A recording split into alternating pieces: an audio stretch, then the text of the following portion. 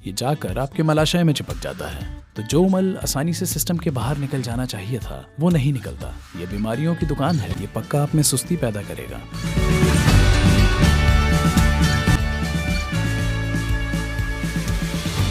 अगर आप कंदमूल वाली सब्जियां ज्यादा खाते हैं जैसे कि आलू और ऐसी अन्य सब्जियां, आपके पेट में नाभि के नीचे गैस बनेगी। एक बार गैस बनने लगी तो नाभि और गले के बीच प्राण उस तरह से काम नहीं करेगा जैसे करना चाहिए और आपके सिस्टम की सक्रियता का स्तर कम होता जाएगा।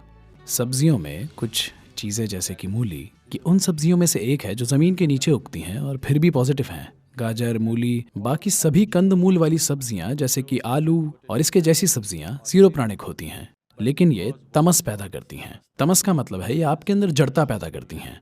हम आमतौर पर विद्यार्थियों और साधकों को आलू और इसके परिवार की सब्जियां खाने की सलाह नहीं देते हैं क्योंकि ये नींद को बढ़ा देती हैं।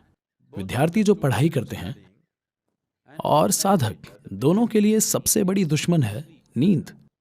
अगर आप आंखें बंद करके बैठें, अगर आप किताब खोलें और उसके ऊपर अगर आपने आलू खाया हो तो आप तुरंत सो जाएंगे।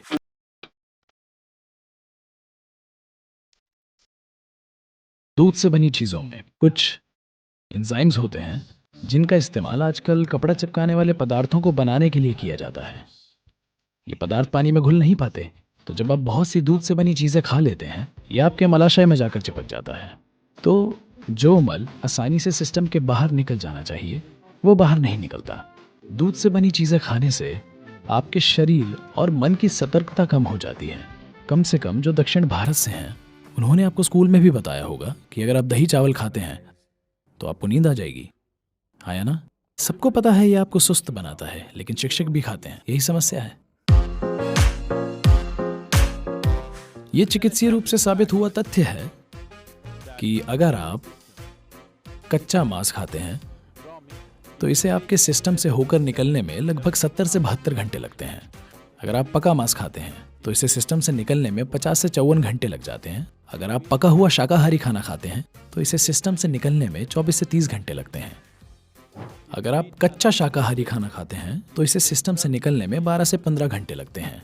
अगर आप एक फल खाते हैं तो इसे सिस्टम से निकलने में 1.5 से 3 घंटे लगते हैं। इतना समय क्यों लगता है? क्योंकि इंसान की आहार नली 24 से 36 फीट लंबी होती है।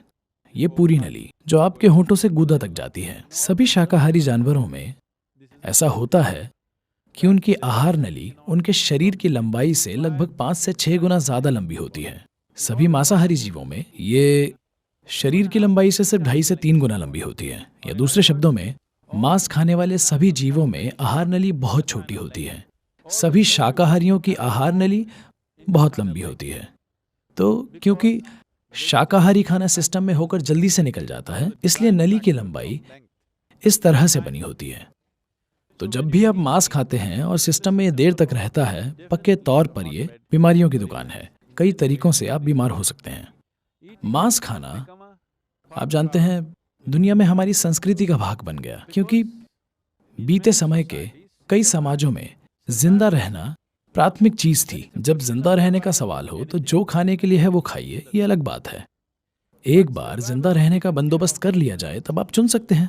अब आप चुन सकते हैं कि आपको किस तरह का शरीर चाहिए, आप किस तरह का काम करना चाहते हैं, आप उस तरह से खाते हैं। ये मांस खाने की पाबंदी के बारे में नहीं है, ये ज्यादा जागरूकता के साथ खाने के बारे में है। ये चुनाव करके खाने की बात है। योगिक परंपरा में अगर आप कुछ पकाते हैं तो ज्यादा से ज्यादा 1.5 घंटे में आपको इसे जरूर खा लेना चाहिए। अगर कुछ विशेष तरह के आइटम हैं तो 4 घंटे तक ठीक है। उसके बाद आपको इसे नहीं छूना चाहिए। इससे फर्क नहीं पड़ता कि कितना स्वादिष्ट है, कितना अच्छा है। आप कुछ नहीं छूते क्योंकि तब सिस्टम में गैस पैदा होती है। गैस पेट में ही नहीं जिसे आप साफ तौर पर महसूस करेंगे, बल्कि आपके पूरे सिस्टम में गैस बनेगी जो आपकी प्राणवायु के खिलाफ काम करेगी। इसका मतलब है आपके सांस लेने और सोचने की प्रक्रिया और आपके सूंघने की क्षमता समय के साथ कम हो जाती है। ये तीनों चीजें आपके उत्साहपूर्ण रहने के लिए बहुत जरूरी हैं।